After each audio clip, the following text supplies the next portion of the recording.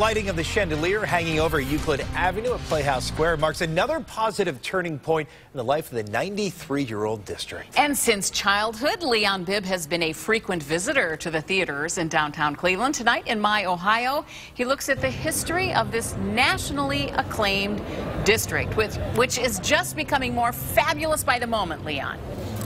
Oh, how right you are. What a scene it is right here in downtown Cleveland at Playhouse Square. You know, the first time my parents, as a child, my parents brought me here to Playhouse Square, it was to see a blockbuster movie of that big-time year. But I want to tell you, the movie was great, but not nearly as beautiful as the Playhouse Theater in which we saw it. Playhouse Square has long dazzled my world.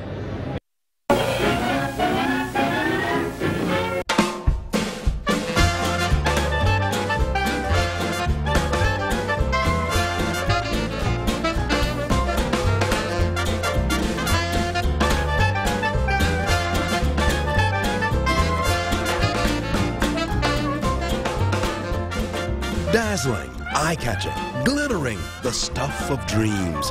Theater. When Cleveland points to its palatial parcels of land, among the jewels is Playhouse Square. This theatrical world's centerpiece is permeated with pride and appreciation. However, a few years ago, all this had been destined to feel the sting of the wrecking crew, intent on turning all of this into a parking lot. It was only hours away from dust. That part of the story in a moment. But for now, let us celebrate what is Playhouse Square.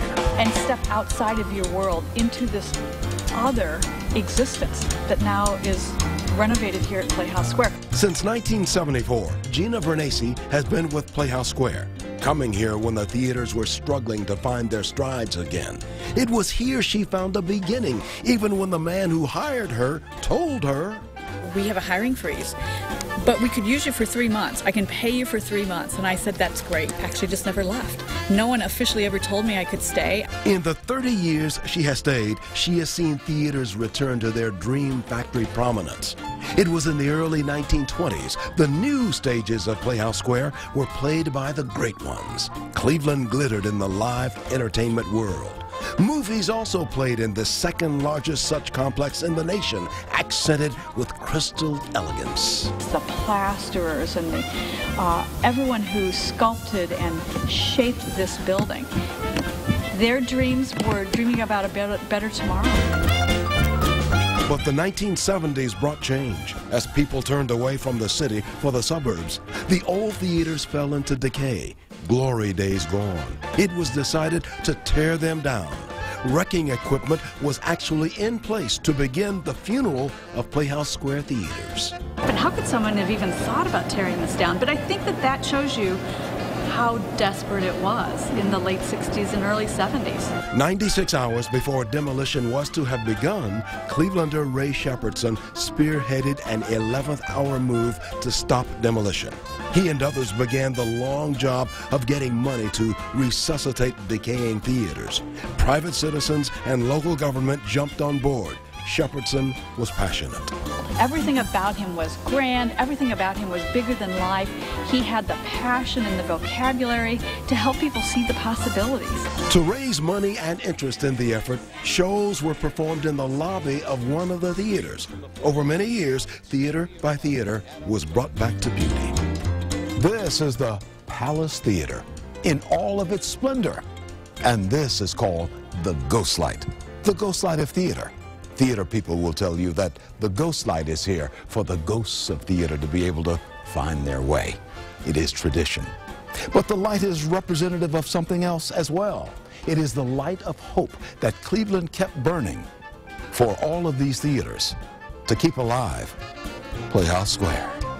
Now, in front of its 10,000 seats, 1,000 performances a year, visited by 1 million ticket holders. What do you got available for like Jersey Boys? Jersey Boys, our seats are very limited. We're pretty much sold out for Jersey Boys. Pretty much everybody jumped on those tickets. I just bought a ticket for the Idiot that's coming, and I feel bad saying the word, but yes. But that's the name of the show. That's the name of the show. A photograph from 1941, when Playhouse Square was packing in entertainment. It had done so for years before and would continue to do so. Years later, through its ups and downs and back ups again, Cleveland's Playhouse Square still glitters. It is a gemstone, many-faceted in this country.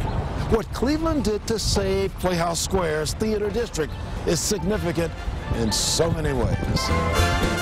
What makes it so great, Leon, is that this project is bigger than any one person. It is the sum of its parts. Now with the chandelier over Euclid Avenue, Playhouse Square theaters are even more of a gemstone for the entire country and theatrical world. The chandelier is an added beacon. That beacon of light, like the ghost light in the theater, is the thing that guided us through these years. Cleveland's Playhouse Square, glittering, eye-catching, dazzling, the dream factory. Playhouse Square.